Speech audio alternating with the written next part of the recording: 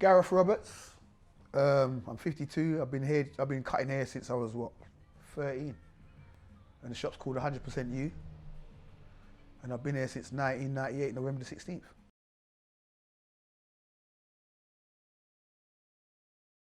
Why do they come here? They get a good haircut, they get good service, they get good energy, and they can relax, they're comfortable. Spurs have renamed it now? No, they've relocated over 160 businesses. So just one business was trying to stop progression. And why can't you? Can't have that, no, can you? Of course you can. They built a new Sainsbury's, people want to work in there. You've been a hypocrite. If you own the property, if you own the property and you own that land, you have the right. You have the right. What they done with the Olympics though. They've done the same thing. It's your property. No, I'm not saying it ain't, but they've done the same thing. Yeah, but you're saying for the good of man. It's not for the good of man, it's his property. He wants something there, that's it. You've got relocated. That's for him. It's got to be relocated. Nah, man, that's messed up. It's got to be.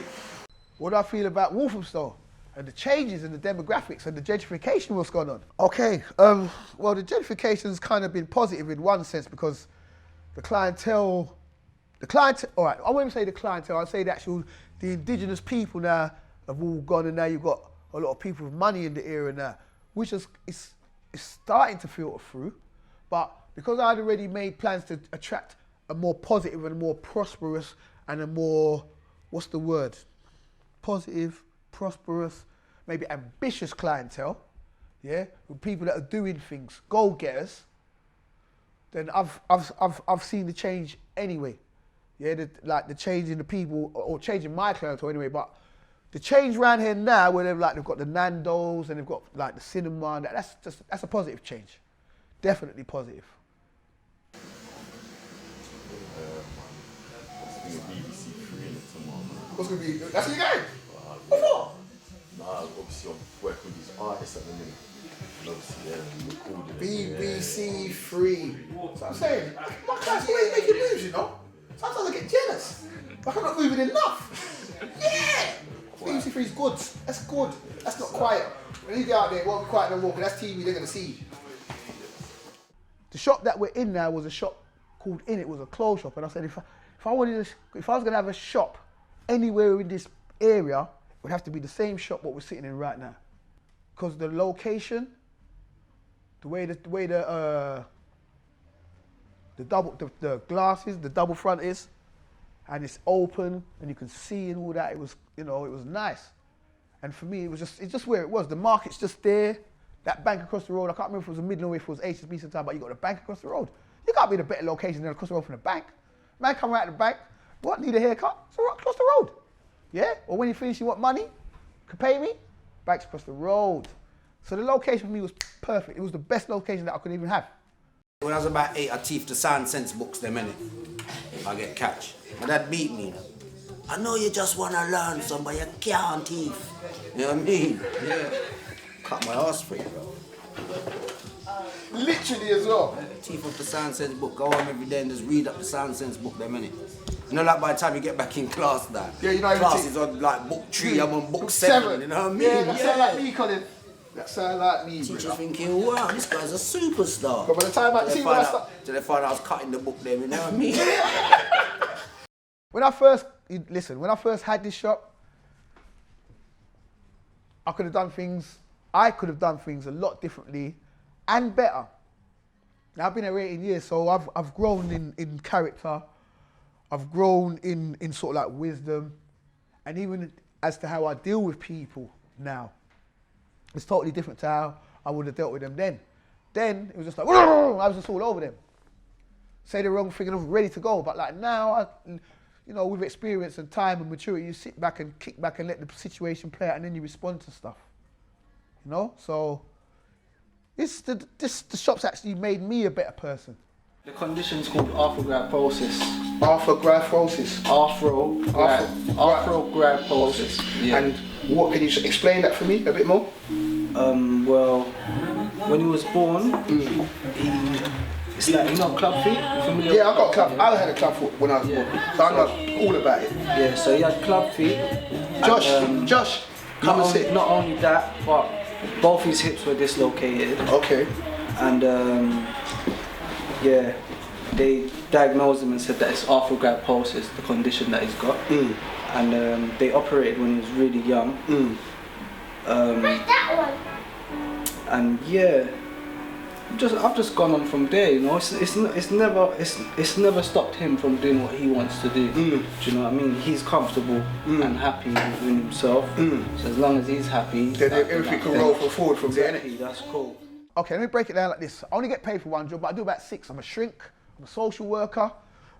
Sometimes I'm a creche worker. I look after people's kids when they pop out the road, or you know what I'm saying to you. So I wear maybe about 5, 6 different hats, but I only get paid for the haircutting hat. But it's all part of the job. Because I've had men come there and lost their girls. I've had men come there and the missus leaves them. I've had men coming there like they've left their girl. You know, I've had people coming there lost jobs, lost houses, lost homes. And I still have to sort of like advise them and kind of listen to them and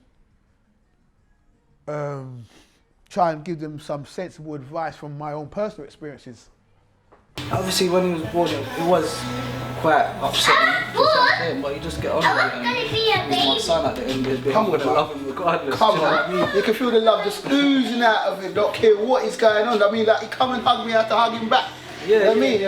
It's warm, man. It's very, yeah, but that reflects on you and his mum. It's very, very warm. He wouldn't be so warm if you made his condition a bigger challenge and a bigger issue than it is, because it's not that challenging from the perspective of where a parent is caring for him. So it's not a challenge like that. But if you didn't embrace it the way you did, he wouldn't be. I don't feel he would be as warm as he is.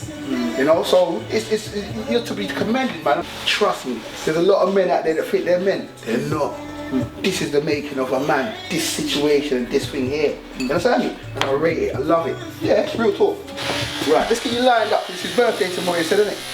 Birthday on Monday. Party's tomorrow. Sorry. Yeah. You know, black people always like, but they assume we're the party tomorrow, the birthday's tomorrow too, innit? So yeah, man. Right. When I first started doing it, it used to be where I'd feel like I was giving them, they was taking part of me away. But as you get older, you can kind of listen to what they're saying, impart knowledge, but keep your energy, if that makes sense. So that you don't get physically drained because you're giving of yourself to them. How did I know that my fiance was the one for me? Yeah. She's got natural hair. Yeah, I'm gonna keep it all the way 100 with you. Keep it 100. My gran, when I was growing up, my gran said to me, Jay, there's certain things that you have to have when you get married. You're looking for a wife. Yeah. One, she needs to know how to look after you. 2, she has to have smaller feet than you. Big! I never heard that before, but I've listened. I've learned something from there. I went out with a girl who had size 7. The foot's too big. Yeah, come on now. You have to have a girl with smaller feet than you. Yeah, size 5. You kind of wearing your trainers and 6.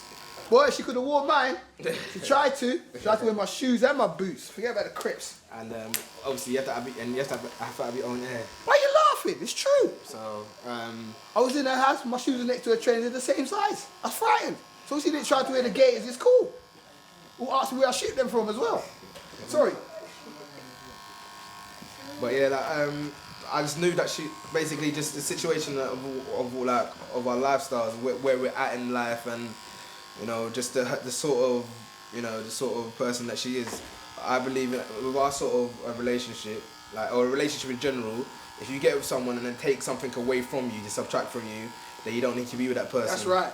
But when you're with someone and she can add something to you, then it's a positive thing. So yeah, for me and my fiance, we continue to add to each other.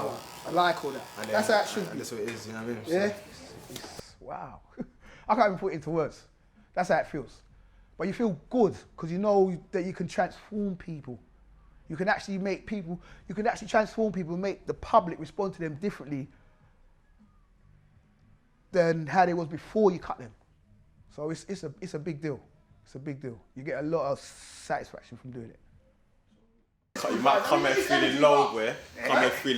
You understand? You come out feeling like $1 million or £1. No, not a pound, not a pound. But yeah, you feel better. You will feel better because obviously if you get a nice haircut, you're gonna feel not? better. You're gonna look better. You feel better. Listen, innit? obviously, it's all vanity.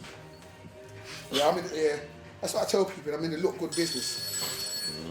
So when girls are kind of like, oh, you don't look good, I don't even listen to you. Kamara, what you trying to come today?